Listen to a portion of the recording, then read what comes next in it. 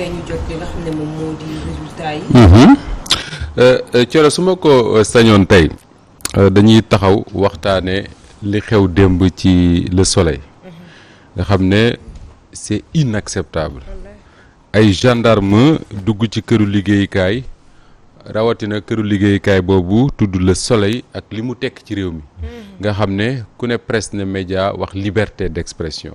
wax liberté tout court wax également liberté de syndiquer liberté wu soo amee lu la naqari nga taxaw wax ko ba taxaw wax boobule ak seen ay méthodes ak seen ay moyens yi nga xam ne moom la ñu am tax gendarme yi dugg fa en tout cas ñu yabal leen fa ñu ñëw fa arrêté ci lu mat 11 personnes ba ci guddi gi lañ leen di soog a bàyyi la conséquence directe mooy tey Soleil amul ci marché bi et loolu lu jaroon a éviter la parce que le Sénégal ak fi ñu toll ci presse je crois que mënoon nañ xaar loolu sax ci un média privé mais pas un média d'État comme Le Soleil quand même parce que Le Soleil dafa am lu mu tekk ci réew mi mais li ci doy waar rek mooy tekkaaral gi nga xam ne moom la ci président Macky Sall ak gouvernement àndal boobu ba léegi parce que coowul Soleil lii du ren te du daaw mi ngi bëgg a yàgg mënoon nañ taxaw waxtaan ci accord yi nga xam ne moom lañ signé démb ci diggante MFDC ak gouvernement bu Sénégal muy lu am solo wu ñu war ci féliciter gouvernement bu Sénégal féliciter ci président wu Guinée-Bissau bi nga xam ne moom moo ko yombal mais également waa MFDC yi nga xam ne accepté nañ ñëw autour de la table des négociations pour ñu def li Walf Quotidien titre ci suba yëkkati le drapeau blanc teg ngànnaay yi je crois que loolu c'est une excellente nouvelle pour le Sénégal. mënoon nañ sax waxtaane ci fait divers su fekkee mën nañ ko waxee noonu ak Sitor Ndour responsable APR ancien directeur du COUD bi nga xam ne yóbbu nañ ko prison ndax dañ koo taqal ne dafa doon sàkku ak gune gu jigéen gu doon liggéey ci këram loolu lépp ci actualité réew mi la bokk te sànq ma xëyee suba di xool presse bi avant may ñëw fii loolu laa ci doon gis mais li gën a fës ci presse bi tey ñu war ci taxaw mooy élection législative yi nga xam ne Thioro ni nga ko waxee sànq démb la commission nationale de recensement des votes joxe ay résultats provisoires jar na préciser nag parce que ba léegi ñu bari dañoo jàpp ne résultats yi mooy les résultats définitifs conseil constitutionnel moo koy joxe ci fan yi ñu jëm mais li ñu joxe de mooy ay résultats provisoires su ma nee provisoire mooy may nañ possibilité comme ni ko waa Yewwi Askan Wi annoncé coalition boo xam ne d'accord ci li ñu joxe nga dem ci yoon jàmbat ko fa après le conseil constitutionnel se prononcera sur ça mais li tax ñu war cee taxaw waxtaane ko Thioro tey dama lire ci presse bi ay information yoo xam ne parfois doo xam noo ko interpréter parce que da ngay lire par exemple ci benn journal ñu ne la Benno Bokk Yaakaar majoritaire Cheikh Tidiane c'est pas vrai c'est faux Benno Bokk Yaakaar est minoritaire à l'Assemblée nationale du Sénégal il faut que loolu mu leer ci bopp nit ñi parce que lan mooy majorité ci Assemblée nationale bu Sénégal 165 députés ñoo fay siéger téeméer ak juróom-benn fukk ak juróom pour nga majoritaire fa il faut nga am juróom-ñett fukk ak ñaar yu teg benn muy 83 yooyu moo lay permettre bu ñu defoon élection tey ci assemblée ba bu la sa 83 voté rek nga gagné loolu mooy majoritaire te loolu moom la Benno Bokk Yaakaar amul cela veut dire quoi que ni Benno Bokk Yaakaar lu ñuy def nii ci assemblée ba il faut ñu négocier ji lenn kay lañ war a wax mu dégg mooy coalition yi fa taxawoon yëpp boo leen jëlee benn par benn Benno Bokk Yaakaar mu ëppale ay députés mais pour la première fois dans l'histoire politique du Sénégal nga jël kii gouverner wàññi ay député ba mu jeex jël opposition wàññi seen député ba mu jeex opposition bi ëppale leen c'est une première maa ngi koy soog a dégg beneen bi pour wax la ne Benno Bokk Yaakaar dañoo minoritaire moo di ne ci réew mi boo xoolee ñi fi voté et loolu man l'observateur que je suis dama naan loolu moo ma gën a intéressé sax que nombre de députés yi mooy dama xool démb bi président commission bi di joxe résultats yi ma xool ku nekk ñaata sénégalais ñoo la voté Benno Bokk Yaakaar ñi leen voté ci sénégalais ça tourne autour de 1 million 500 personnes soo dajalee Yewwi Askan Wi ak Wallu Sénégal li leen voté romb nañ ñi voté Benno Bokk Yaakaar ça veut dire quoi que ni Benno Bokk Yaakaar tey dafa minoritaire ci ñi nga xam ne ñooy voté ci réew mi te soo ci yokkee ay voix wu aar bu Thierno Alassane Sall les serviteurs bu Pape Djibril Fall bokk gis-gis bu Pape Diop opposition bi dafay majoritaire largement ci biir réew mi. ci ñi nga xam ne ñoom ñoo fiy voté. te sax pour que Benno Bokk Yaakaar mën a am li nga xam ne moom la ñu am ci ay voix ba mën a jege 1,5 million parce que man maa ngi doon sama calcul ma doon ci semaine bi yëpp ça tourne autour de 1,4 million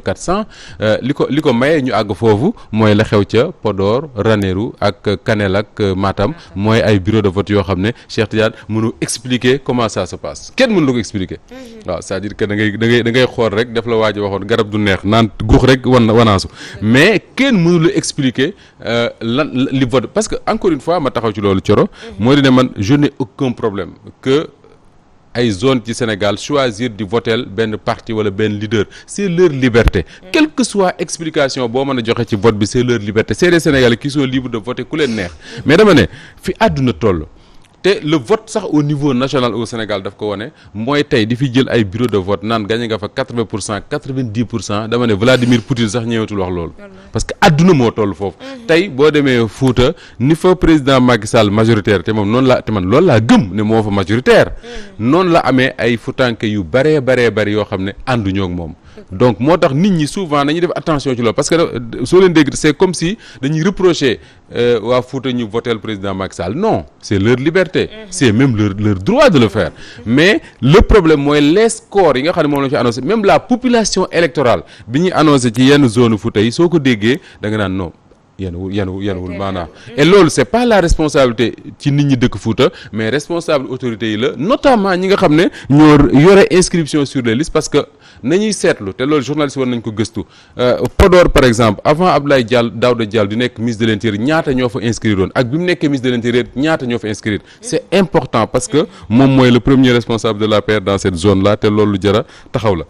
ñu del si kon ci assemblée nationale ak ni mu bindoo Cheikh Tidiane assemblée nationale jamono ji opposition moo fa am 83 députés li tax ma wax loolu mooy soo jëlee la coalition Yewwi Askan Wi ak seen naataangoo yi ñu àndaloon muy wàllu Sénégal am nañ 80 députés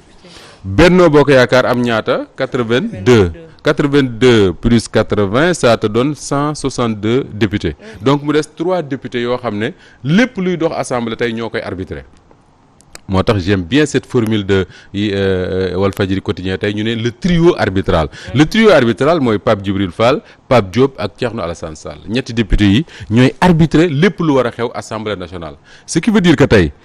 Benno Bokk Yaakaar ci boppam bu ñu bëggee fal président assemblée nationale mu ne moom disons Aminata Touré mooy candidatam pour nekk présidente assemblée nationale il faut que Benno Bokk Yaakaar dem négocier ak Pape Djibril Fall wala bokk gis-gis wala aar bu Thierno Alassane Sall sinon mënuñu fal président assemblée nationale wala kon bokk ñu espérer débaucher ci député Yewwi Askan Wi ak waa Wallu suñu ko deful ñu contenté wu rek ci seeni députés yi ñu am ñoom muy 82 amuñu benn garantie que ne ñoom mën nañ fal président assemblée nationale tey bu ñu demee opposition bi waxtaan parce que li am solo Cheikh Tidiane mooy opposition fi ñu toll nii su ma nee opposition man je fais pas la différence entre Yewwi Askan Wi ak ñeneen dama ñëpp ñu doon battre campagne wax ne ay opposants lañ man dama jàpp ne opposition lañ ñooñu bu ñu àndee nekk benn bloc lu ñu bëgg assemblée moo fay am président wu assemblée bu ñu bëggee mu tudd Pape Diop wala Barthélémy Diaz wala Thierno Alassane Sall wala Pape Djibril Fall wala keneen ak keneen noonu lay tudd parce que ñoom ñoo ëpp en réalité donc difficulté bi ñu am mooy opposition bi bu ñu bennoo waa bennoo du leen mënal dara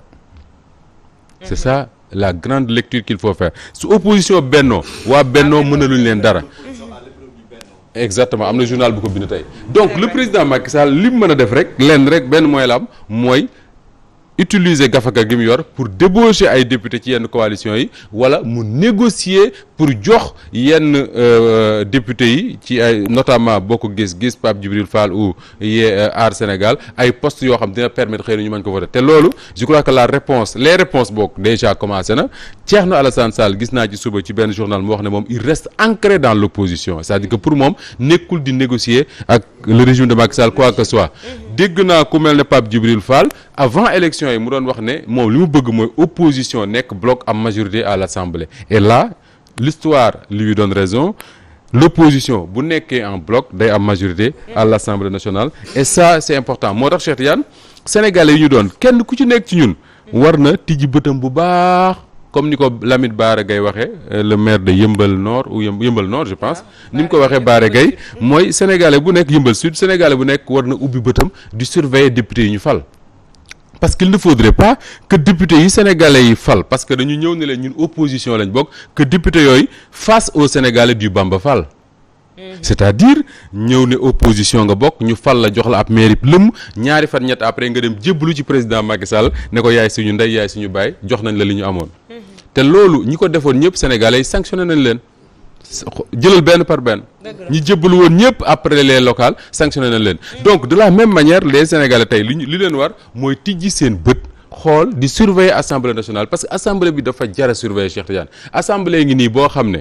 buñ dee voté benn loi bu benn député absenté rek problème am. xanaa mu voté par procuration mais député boo ci xam ne Sénégal day football ci Égypte nga dem fa wala feneen bàyyi ko fii defoo fi procuration loi ba Macky Sall bëgg du jàll parce que wax naa ko fii plusieurs fois Cheikh Tidiane je ne sais pas si on peut retrouver les archives de Petit Déj fii laa ko waxee woon ne man dama gëm ne sénégalais dana xam dëgg valeur assemblée buñ demee ba voté vote boo xam ne majorité mécanique dafay jeex te loolu mooy li xew majorité mécanique moo amatul ci réew mi la daf lay wax rek li député tubaab ba wax keroog ca France mu ne Emmanuel Macron xamal bu baax ne assemblée nationale France nekk photocopieuse jeex na lu ñëw jàll amatul Sénégal aussi assemblée bi bis na ki tey jeex na dootul nekk photocopieuse lu fa ñëw jàll ah sauf si certains députés de l'opposition trahir sénégalais yi ñu leen voté loon en tout cas dem Benno Bokk te boo déggee Benno Bokk Yaakaar seen cooli naan ñoom majoritaire mooy 82 députés yi ñu am li ñu yaakaar mooy dem seet ci ñi nga xam ne ñoo ngi Moustapha Diop yam su couleuru xaalis bi génnee wala daraja ji génn wala yu mel noonu ñu sukk dem jébbalu ci loolu lañ compté ma àggale rek bu ma te assemblée nationale boobu Cheikh ni mu changé forcément noonu la yorinu réew mi du changé moo tax sénégalais yi duñ seen vote bi day rester dans l'histoire parce que voter ci ay député dafa am solo parce que tey dañuy obligé le président Macky Sall mu changer par force démarche tey jii d'abord dans son camp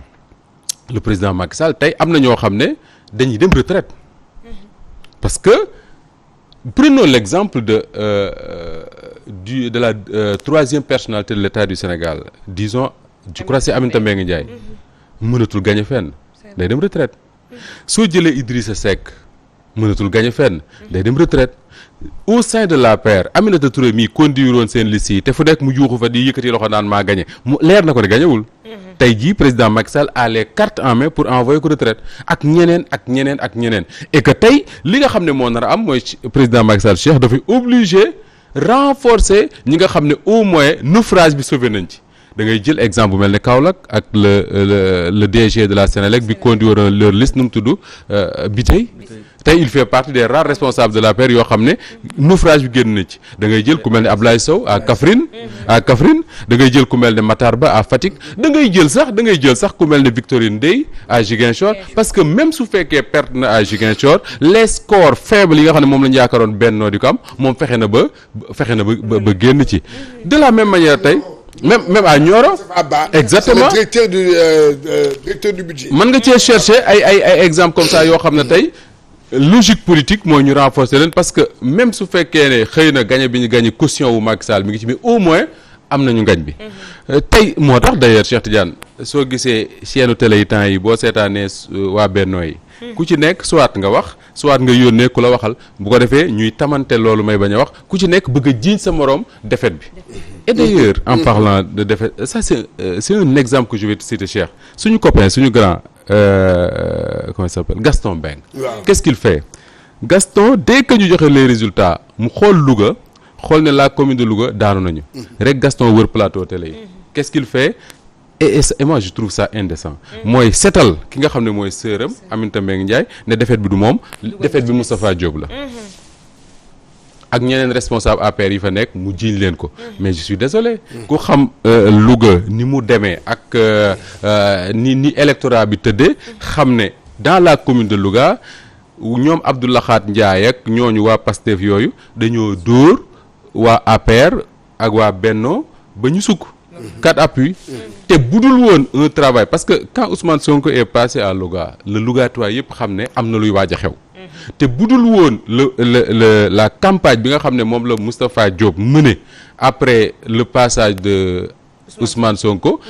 balay résultat département yi ñëw dina fekk waa Bennoo jaaxaan bu yàgg parce que ñi ngi ci 4 appuis lañ nekkoon mais il a fallu les résultats des communes 15 communes yi nga xam ne ñoo nekk dans le département de Louga pour relever li nga xam ne mooy le résultat de Louga loolu moo tax nga dégg ñu naan la Bennoo moo gagné à Louga ils ont perdu la commune mais dañu gagné dans le département loolu mooy sauvé te département boobu les 15 maires yi nga xam ne ñoo jiite le département je cite le maire Thierno Dieng bu Mbédiène li nga dégg ñu koy wax mooy ñoom suñu gagné c'est parce que Moustapha Diop moo leen jàppale ñu gagné donc man dans ces genres de défaites là man dama naan li gën mooy situer une responsabilité collective dire que ni la coalition bi ñu yor am na problème mais bu fekkee dañu am défaite ma bëgg ko jiiñ Cheikh Tidiane wala ma bëgg ko jiiñ Serigne y a problème et ça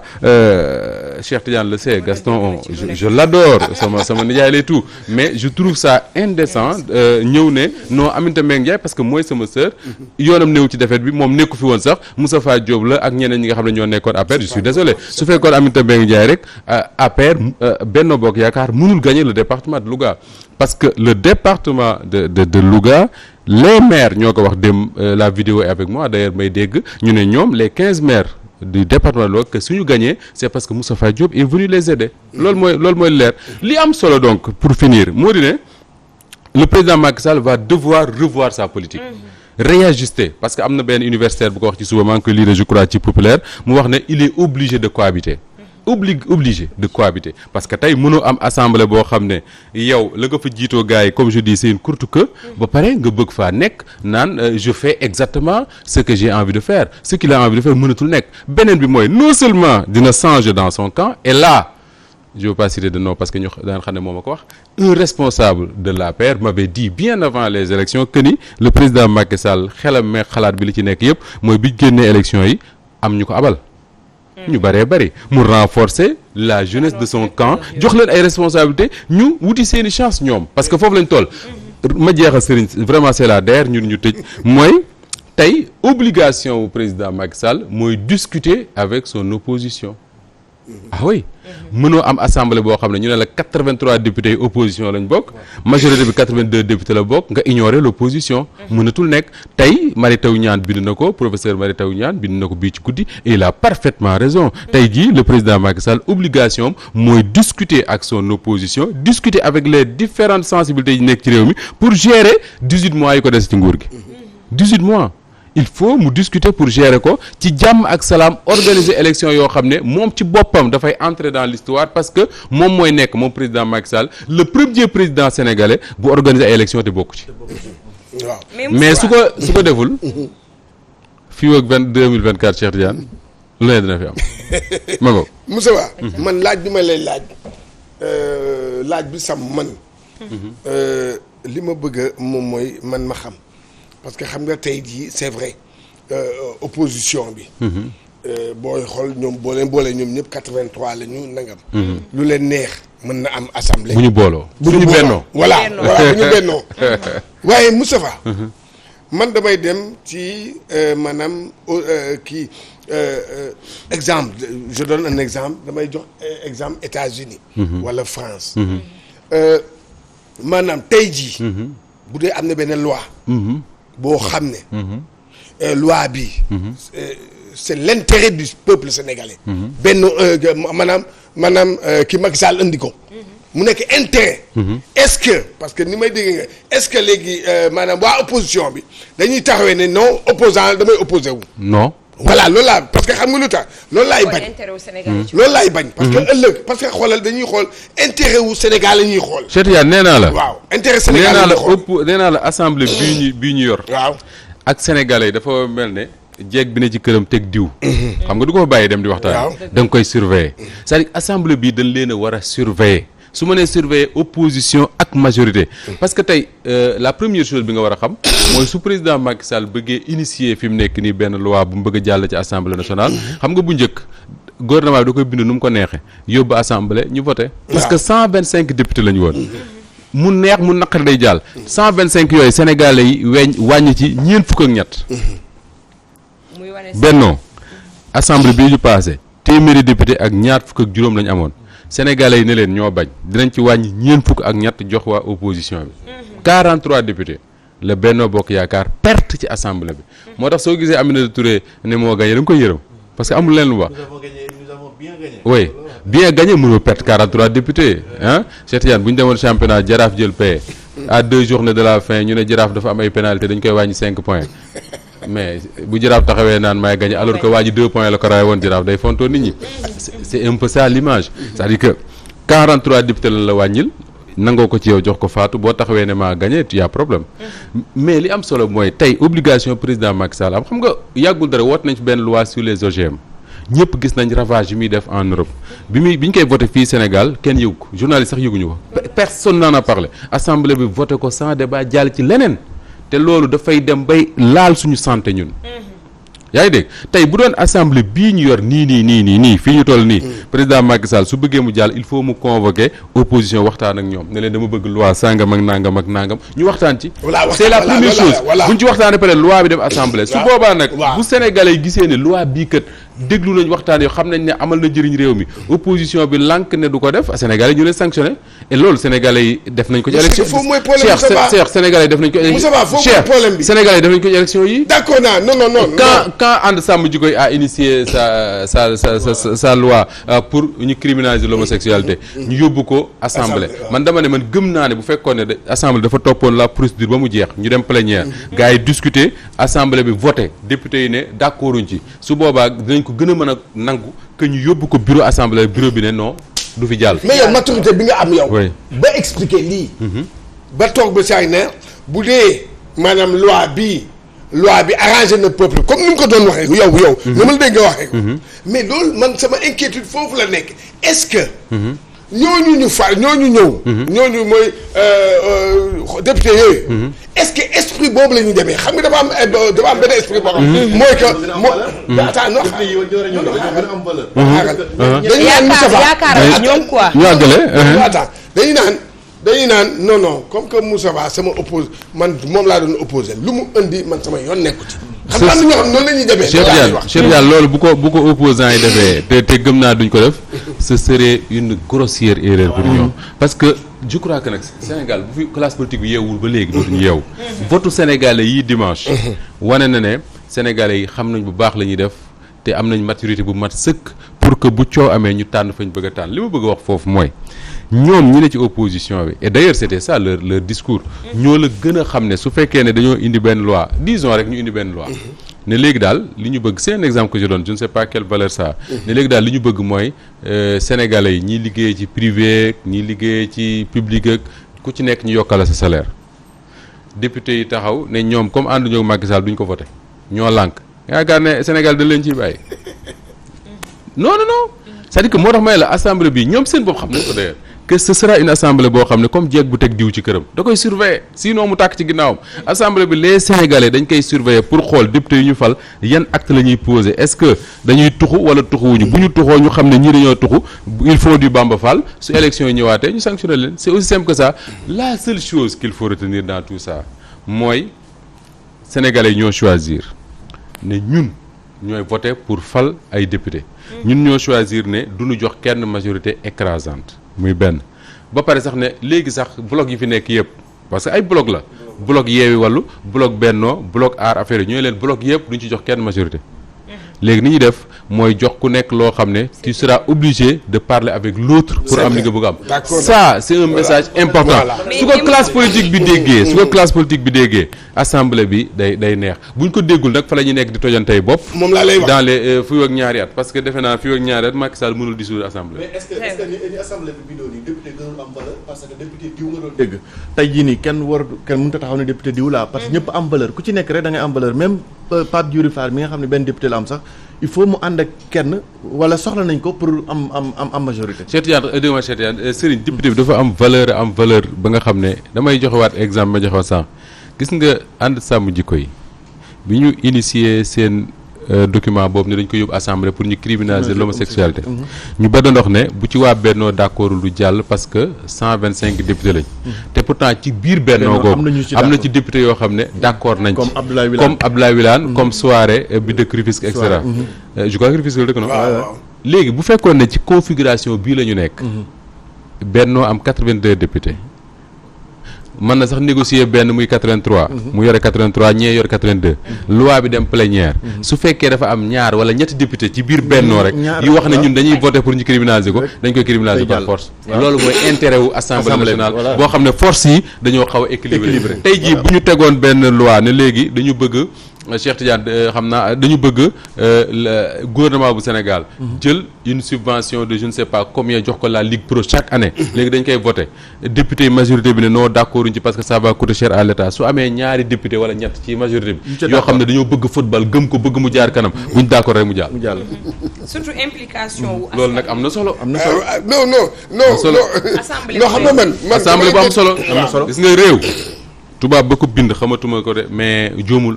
nee na pour arrêter un pouvoir da ngay teg beneen pouvoir bu ko mën a arrêter ñun luy suñu problème mooy depuis 60 ba léegi bi Senghor ak Mamadou Dia séparé wa en décembre 62 ba léegi dañuy jël pouvoir yépp placé ko ci loxoy kenn nit li Babacar Justin Ndiaye wax bërki démb ci TFM président Macky Sall fi mu toog waxtu wii di ndékki xam naa ma ngay seetaan petit déj su ko neexoon mu ne Moustapha Diop mii di wax day balay 5 heures dina nekk milliardaire balay 5 heures ba nekk milliardaire bala ñëw julli tàkkusaan Cheikh Tidiane nga ñëw sama kër ne ma dégg naa yor ngay milliard loolu la ko loolu doole jooj la ko Sénégal jox doole jooj nag boo ko joxee nit il faut nga wut lu koy arrêté li koy arrêté mooy assemblée nationale boo xam ne contrôlé wu ko c'est important ci démocratie surtout implication wu balay faatu jël implication wu askan wi lay am tam implication askan wi bokk na ci bi ñuy voté OMG yi ngay wax nii tey ji sénégalais yëguñu woon daanaka OGM yi daanaka waaw sénégalais yëguñu woon lu ñu voté woon la journalistes yi nga xam ne tey ji waroon nañoo xam sax xamuñu loolu li ko wane mooy majorité bi nga xam ne ni tey ji majorité bi ñu waaw voté nañ ko jàll majorité bi nga xam ne ni amoon nañu ko ñoom ci seen biir tey ji dina nekk loo xam ne baat ak tontu lay doon ci opposition bi comme ci pouvoir bi ba nga xam ne su mënee nekk loo xam ne débat boo xam ne day génn la askan wi ci boppam ñoom dinañ am obligation ñoom député yi demaat ci askan wi taataan seen ay kàddu maanaam député bi nga xam ne yow yaa ko fal mënatoo bokkatoog moom lekk mënatoo naana doog attaaya député boobu day am obligation wàcc ci askan wi laaj coro wax nga dëgg laaj wax nga dëgg c'est-à-dire que tey député yi buñ toogee assemblée da lay leer ne amuñ mënatuñ def lu leen neex parce que am nañu toog voté leen la pare di leen surveiller di xool lu ñuy def et loolu dafa am solo beneen bi mooy man dama ko doon xool li si ma gis ne assemblée nationale bii ñu jëm waxuma sax débat yi fanara mais dafay rajeunir te ku ne jeunesse wax énergie wax intérêt bi muy porté ci débat muy doon assemblée boo xam ne dina xumbute dagan parce que bul fàtte ne yeewi askan wi dañu investir ay titulaires jël ay suppléants te xam nga suppléant mooy lan mooy boo investir ñi nga xam ne ñëpp mënuñoo ñàkk ñu war a mat 53 mu am ay dossiers yoo xam ne daanaka ci mbalit bi lañ koy jël rek ñëw ci investir ne parce que ñooñu amuñu benn rêve dem assemblée voilà ñooñu tey yàlla mi dara tëwul moo tax Cheikh Tidiane billaay yàlla ay mbiram yàlla moom moo programmé ne ñooñu par force dañuy dem assemblée ñooñu dañuy dem assemblée L'Obs def na ci tey un dossier intéressant ci ñooñu suppléants yooyu bi ñu jógee ne ñoom ñooy nekk finalement titulaire lan la def ci ñoom et c'est important ñooñu tey ñooy dem assemblée dañuy am envie prouver que ni ñoom bu fa Déthié Fall nekkoon Ousmane Sonko wala Khalifa Sall wala Aïda Mbodj ak keneen du ñu def mieux que ñoom loolu mooy seen défi te ces jeunes là ma gis ci liste yi je suis à peu près sûr qu'ils vont le faire et ça c'est important ci wàllu démocratie boo ñëwee du côté de Benno am na ñu bari ñu daan tiit naan yàlla bu ñu dem assemblée ñu ci bari ci ñoom duñu dem parce que tey sénégalais am na nu ñu doon voté da nga gis assemblée ñoo xam ne wallaay Cheikh Tidiane bu ñu waxee rek nga rus mais yàlla suturaal na sénégalais également jël seen responsabilité ba liñ jox Benno ñooñ duñ ci bokk et loolu dafa am solo élection ci réew Cheikh Tidiane bu la ci kenn ndax dañoo war a fexe ba yow boo voté ba pare nga tëdd naan sa njar mu sedd ne j'ai bien fait mais voté ba pare ci ëllëg sa c'est comme li ñu defoon en 2007 fal Ablaye Wade au premier tour ba pare taxaw naan ca bu ñu yëgoon or bu fekkoon ne Ablaye Wade dañ ko poussé woon à l'extrême yóbbu ko deuxième tour ñu dem élection même bu gagné deuxième tour dina xupp ay bëtam xam ne Sénégalais yii am na message bi ma envoyé mais un président sortant nga jox ko 50 waaw Macky Sall noonu lañ def ak mu 2012. 2019 on lui donne 58% au premier tour mais danaan sama bamba naat na. réew mi man lañ àndal lu ma neex def. waaw fu ma neex ne galas mais tey jii vote bi wan na ko ne mais attends les Sénégalais ba léegi ñu ngi fi et ils sont capables li la jox ñu rocc ko à tout moment. beneen bi mooy wax dégg naa léegi Pape Fall di ko wax ci RFM et Cheikh Tidiane c'est important c'est-à-dire que Sénégalais yi dañu logique. parfois ñu posé acte yoo xam ne doo xam lan moo tax mais sénégalais yi parfois da nga naan dañu logique xamal tax Cheikh Tidiane xoolal Sénégal à part Abdou Diouf. bi Abdou Diouf sax bi mu defee 10 ans ci pouvoir du Sénégal bi mu defee 10 ans ci la commencé réew mi di yëngu ba ni mu génne.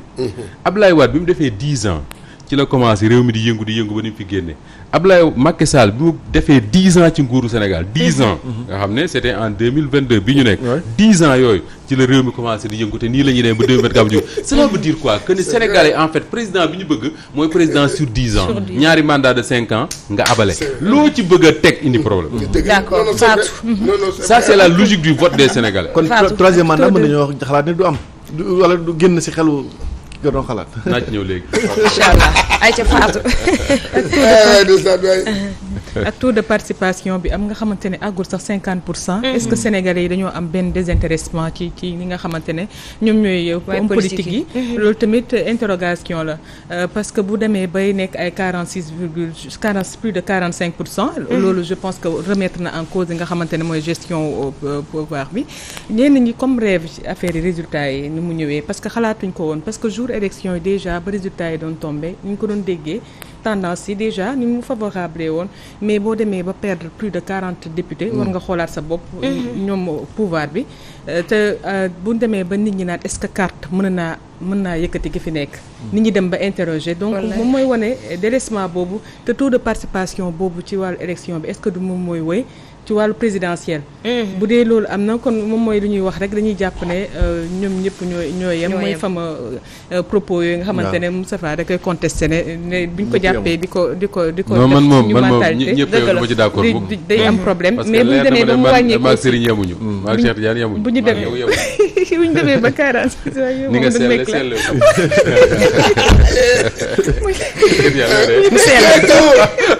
bu ñu demee ba mu nekk man daal waxuma pour d'abord ñu départ ci taux de participation il faut ñu relativiser taux de participation ci élection législative au Sénégal parce que dégg naa fu bari ñu naan taux de participation dafa faible nangam ak nangam taux de participation élection législative au Sénégal li muy élevé bariwul 2007 dañu dem présidentielle Ablaye Wade gagné ko au premier tour ñu war a dem législative au mois de juin opposition boycotté ko le taux de participation tournait autour de 30 et quelques %. 30 et quelques %. bu ñu ñëwee en 2012 élection législative yi Macky Sall njëkk a organisé le taux de participation ay 46 quelques % la woon quelque chose comme ça. te boobu Macky Sall mi ngi doo ko falu y avait l'euphorie de la victoire et tout. mënoon nañu wax ne taux bi dafa doon yéeg. taux de participation mi ngi yéegee 2017. parce que 2017 je crois je ne sais pas j'ai pas amené les chiffres avec moi mais 2017 exactement dem nañ ba ay 56%. Là on tourne autour de 46%. Je dis que le taux est faible li Fatou wax dëgg la mais nañ ko relativiser c'est pas boo xoolee l'histoire des élections au Sénégal bariwul lu muy extraordinaire comme ça. te sax bi Macky Sall faloo ba léegi taux de participation extraordinaire yi amu fi même élection même référendum bi ñu fi defoon. ay référendum Sénégal dañ ko daan voté oui ay 90%. référendum ay 99% am na fi. mais bii référendum bi ñu en 2016 ay donc ça veut dafay prouver quelque chose que ni les Sénégalais de plus en plus seen vote dafay éclater c'est-à-dire que tey Sénégalais duñu ànd ñoom ñépp votel kenn nit c'est-à-dire dañuy éclater et seeni vote loolu moo jur les coalitions d'ailleurs et loolu moo tax ñu dugg ci beneen ère cette nouvelle ère là mooy lan eeru intercoalition parce que tey su fekkee ne Benno Bokk Yaakaar am na problème yi mu am yëpp dara tegu ko lu dul li ñu woowee le fameux PDF le plan Déthié Fall bi nga xam ne moom moo créé intercoalition entre Yewwi ak Wallu intercoalition Cheikh Tidiane moo permettre ñu contourner le système d'élection enfin le mode d'élection du raw gàddu parce que tey bu fekkoon ne Wallu ak Yewwi ànduñu ci yenn gox yi Benno Bokk Yaakaar tey dina am 125 députés wala mu ëpp ko ay parce que raw gàddu mooy ñun ñett ñi buñ dee xëccoo ko ëppale benn voix yaay jël lépp loolu la opposition bi comprendre ñu ne nañ def intercoalition fu Yewwi amee doole mu jël dugal ñenn ci ñun ci biir fu bennoo amee doole mu jël dugal astafurlah fu wallu amee doole mu jël dugal benn yenn ci waa Yewwi loolu moo tax fu mel ne Mbacké ñu gañe ko gañe fu mel ne Ziguinchor gañe fu mel ne Saint-Louis surtout Saint-Louis surtout Dakar exactement ñu gañe ko largement bul fàttali ne Dakar en 2017 jusqu'à 23h gars yi Khalifa Sall yi ñoo gañe woon bi 2h du matin di jot ci la ñoo Amadou Ba woote conférence de presse ne ñun ñoo gagné. avec quelques voix ay quelques voix yoo xam ne boo leen defoon ci pantre daanaka du fees. mais loolu su fekkoon ne raw gàddu bi amul la même chose mën na amaat. c'est vrai mais non c'est que kiw maanaam. Fatou Faye ci taux de participation bi. mais c'est que dafa am benn fait inédit. benn fait boo xam ne moo amoon ci jour à sa. waaw parce que da ngay ñëw. am na foo xam ne dafa da taw ngay ñëw attends non da ngay ñëw ci bureau de vote. maanaam le matin. diggante 8h ba 10h dafa doon am affluence. mais c'est que amul man dem naa benn bureau de vote. ça va boo xam ne c'est extraordinaire. ma dem ci bureau de vote bi bureau numéro 3. man ma ñëw taxaw man. maa ngi fa dugg ay 10h. ma ñëw dugg wa taxaw ma taxaw foofu taxaw naa fa. ma taxaw fa 15 minutes. gisoo kenn. bureau boobu. noonu dëjee gisuma kenn ku dugg léegi président de kii bi. président bi moom dafa def nga man kii laa. électeur ma ne ko non du ma électeur. toog nañu lu yàgg. maanaam am na nag lu nax ñu bari. d'ailleurs am na ñoo xam ne xam naa bu ñu déggee taux de participation bi 46% loolu la ñu wax noonu. am na ñu mu jaaxal am na sax ñu yaakaar dafa bari. pourquoi parce que jour vote bi amuloon ay rang te loolu li ko waral mooy vote bi dafa gaaw. waaw 8 liste la woon. dafa gaaw donc mën nga ñëw ci bureau fekk ñu rang. 10 minutes 20 minutes après nga ñëwaat fa doo fekk kenn parce que vote bi yàggul. muy beneen bi mooy et d'ailleurs Cheikh Tidiane gis nga jour élection yi man dama jógee sama kër maa ngi koy fàttali bërki démb booru 16h je pense bi may génn sama kër jot naa les résultats de Koweït. mooy résultats yi ma njëkk a jot. PV Koweït. ma gis résultats yi xam ñaataa voté xam kan moo gagné ko xam fan la nan la demee ma envoyé résultats yi Pierre-Edouard Faye laaj ko ma ne ko Pierre mooy résultat wu Koweït yi la. mais bu leen ko publier ci Walfadjri boobu 16h mooy jot parce que dama jàppoon ne bu ñu ko publier ci Walfadjri ñu ne Yewwi Askan Wi moo gagné Koweït dañ naan waa Walfadjri ñoo influencé vote bi. voilà dëgg la. ñu dañ naan waa Walfadjri ñoo influencé vote bi. parce que ñoom ñoo fi nekk naan Yewwi gagné na Koweït parce que. daloon amoon na fi benn élection boo xam ne Pape Ngagne Ndiaye moo njëkkoon a annoncé les premiers résultats je crois que c'était sur la TFM. daf ko annoncé rek dëkk bi commencé rek yëngu. nga dégg tàcc yi fii nangam ak nangam man c'est ça que je voulais éviter. c'est-à-dire que annoncer les premiers résultats alors que sénégalais yi dese nañ leen 2 heures pour ñu war a continuer di voter. soo ko defee rek dañ naan tout de suite waa Walfadjri kat ñoo influencé vote bi parce que dañoo contre. waaw mais Moussa loolu ñun lañ doon seetaan. laajal Pierre on avait les résultats. non c'est Moussa Ba. xam nga lan mooy problème bi foofu. léegi nag mooy que. maanaam commission électorale bi nekk fii. je sais pas direction des élections. wala Sénat beeg. wala Sénat bi. wala ñoom ñoo war a wax. dëkk yooyu nga xam dañu am kii. écart ñu wax leen ne. non bu résultat bi génn bu kii bi maanaam bu vote bi foofu. bu heure boobu jotee. léegi da ngeen koy kale. ak heure Dakar. waaw leen rek lañ mun Cheikh Dia ak heure Dakar leen rek lañ mun Cheikh Dia en même temps leen rek lañ mën ñu ne leen. bu leen dépouiller tant que 18h jotul Dakar. voilà mais su fekkee ne moom dañ leen a dépouiller dañ leen a bàyyi ñu dépouiller ba 18h jotee foofu. résultat bi kenn mënatu ko nëbb xam nga lu tax. réseaux sociaux yi moo tax. moom laa lay wax. kenn day ñëw ñu kii ko mu photo ko envoyé la ko. c'est aussi simple que ça. gis nga li nga wax mais je crois que war nañ cee mën a. waaw mën a jël ay parce que buñ solutions. ko bàyyee ëllëg mën na indi problème. nii non c'est d'autant plus vrai que votu émigré yi votu sénégalais de la diaspora dafay am influence trop ci votu sénégalais yi nekk biir réew mi moo tax man gis nga quand je vois dama commencé gis les résultats de Koweït ensuite je crois que Turquie voilà mu commencé demee noonu rek tout de suite man xam naa ne tendance bi nii lay demee c'est vrai parce que souvent seen vote dafay influencer le vote des gens yi nekk réew parce que ñoom déjà diaspora bi ñooy dundal waa réew mi te depuis quelque temps da ngay gis benn affaire bu am diaspora mooy dañuy woo seen mbokk yi ne fii naan leen écouter man mënu ma ne fii di liggéey di leen jëndal ay di leen jox lu ngeen di lekk su ma voté fii ngeen voté changé wu leen. changé leen seen bopp exactement. donc je crois quelque part également man de c'est mon niveau de lecture. dama naan le journaliste que je suis j'ai une responsabilité bi ma am mooy ci élection lañ nekk ñëpp il doit partir à chance égale. comme élection bi des na bu desoon sax ay 30 minutes wala 1 heure on peut mais comme des na au moins 2 heures. 2 heures lu nekk mën na fay xew. 2 heures yooyu mu des man je fais tout pour ne pas influencer le vote influencer le vote mooy joxe résultat ne Yewwi Askan Wi moo gagné Koweït. soo ko defee rek tout de suite nga gis gars yi ne comme Yewwi commencé na dóor kay nañ dem doggali. d'accord ci taux de participation ñoom ñoo gën a aisé moo ma jaaxal waa diaspora bi te ñoom ñoo voté contre pouvoir bi. te pourquoi ñun Sénégal conditions yi ñu nekkee ñoom diaspora bi ñoom di voté contre Benno. wala ñu continuer rek bàyyi yeneen rubrique yi ñu waxtaanee. mais maa ngi koy wax léegi. troisième mandat xanaa léegi dana génn ci xelu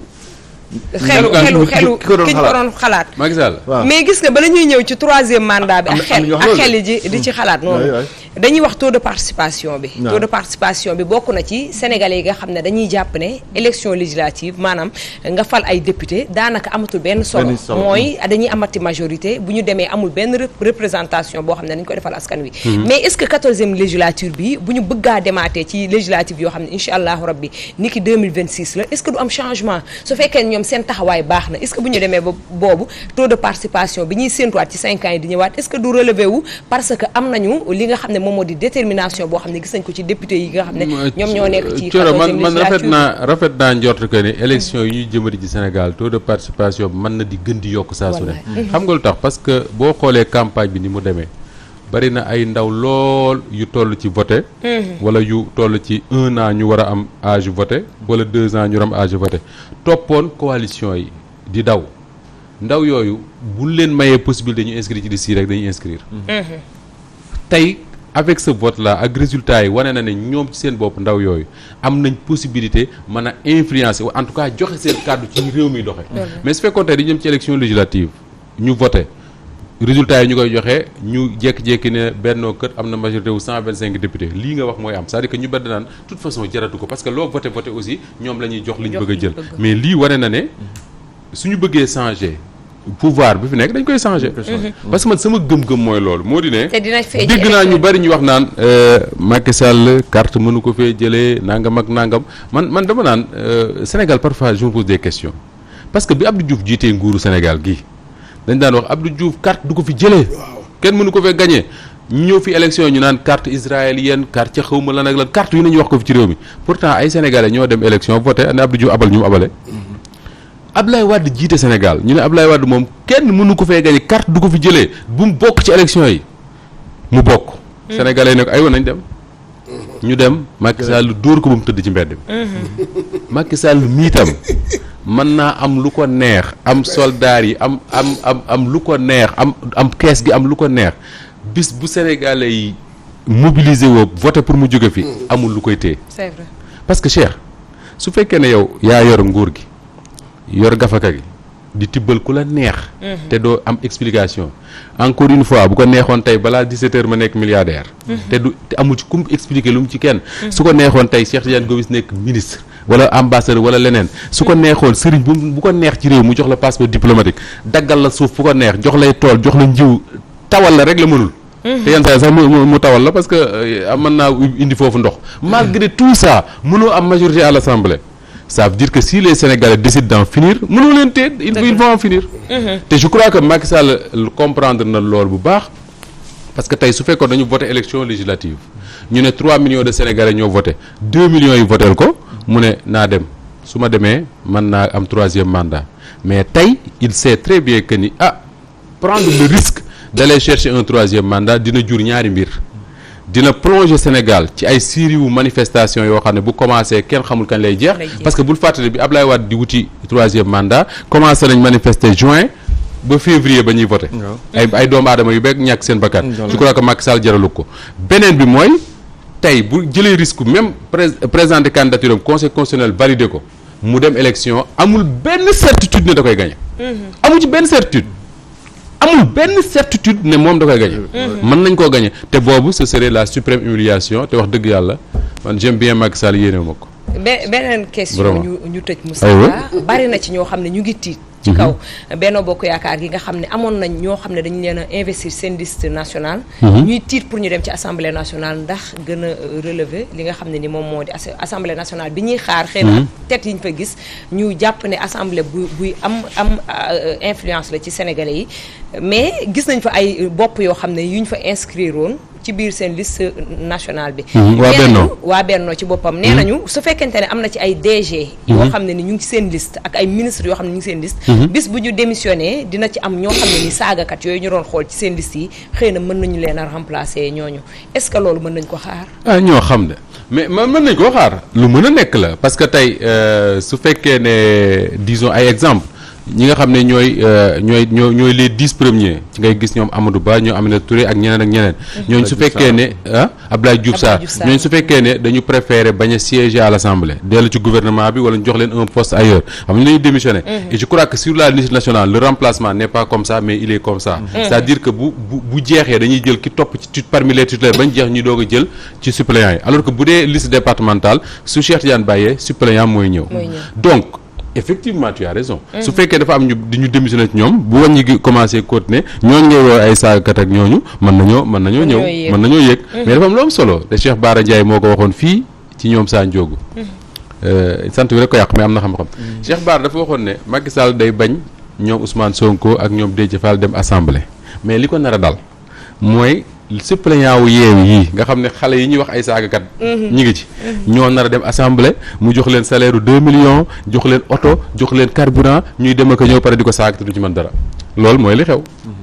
suppléant yi ñoo dem assemblée mooy ñi nekkoon am naa ci ñu ma xam de ñoom ñoo nekkoon fii ci mois de mars manifesté ñoo yoroon xeeree ñooy dem assemblée ñooy dem assemblée commencé dootuñu sànni xeer sol costume voilà nga leen di fay salaire takkal leen écharpe te lu lay wax lu la naxe doo ci mën dara di leen honorable moo tax mbiru yàlla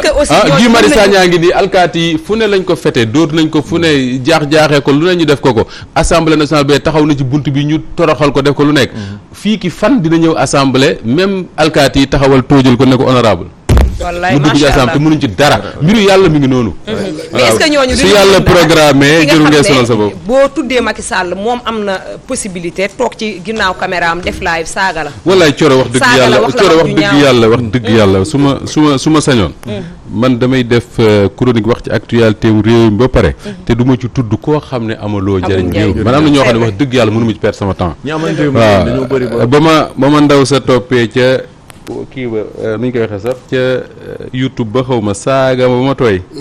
sama benn xarit envoyé ma ko ma ne ko tooñ nga ma lool de.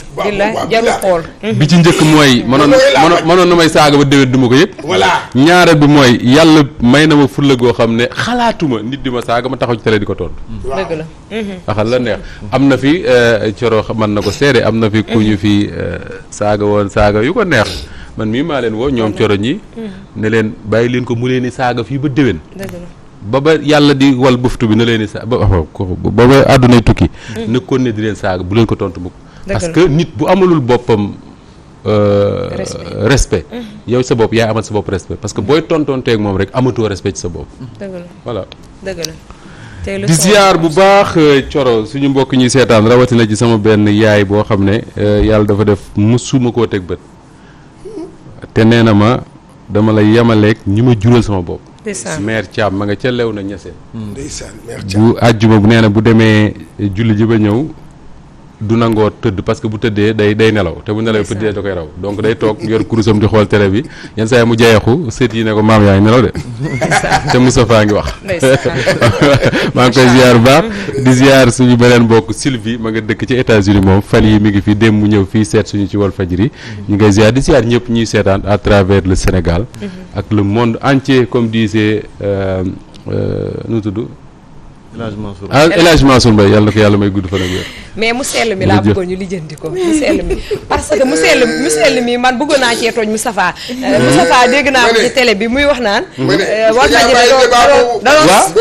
da doon sonkolu dégg naa ko ne Walfadjri da doon sonko loolu dama ko waree ba sonn parce que nombre de vues yi nga xam ne Walfadjri am na ko tam ak topp gi nga xam ne askan wi ñu ngi doon topp élection législative yi da nga doon toog ci sa kër gis ñi nekk ci télé bi da ngay gën a amaat courage ci kaw ñi nga xam ne ñoom ñoo lay représenté ci biir plateau yi ak taxawal gi ñuy taxawal askan bi macha allah. wala nga romb ci marché yi wala taximan yi nga dégg ñëpp taal rajo lépp wala c'est ça. non mais loolu Thioro xam nga li ci jara sant yàlla mooy loolu du man du yéen du ñun ñi toog fii dafa am ay génération et loolu Sénégal dañ ñu bari ci ñun dañ koy fàtte lu bari dafa am ay génération yoo xam ne ñoom ñoo succédente ci Walfadjri am ñu Siri Lamine ak ñoom àndaloon am ñu toppoon ci ñoom am ñu ci toppoon am ñu ci toppoon am ñu ci toppoon ñooñu ñëpp ji ay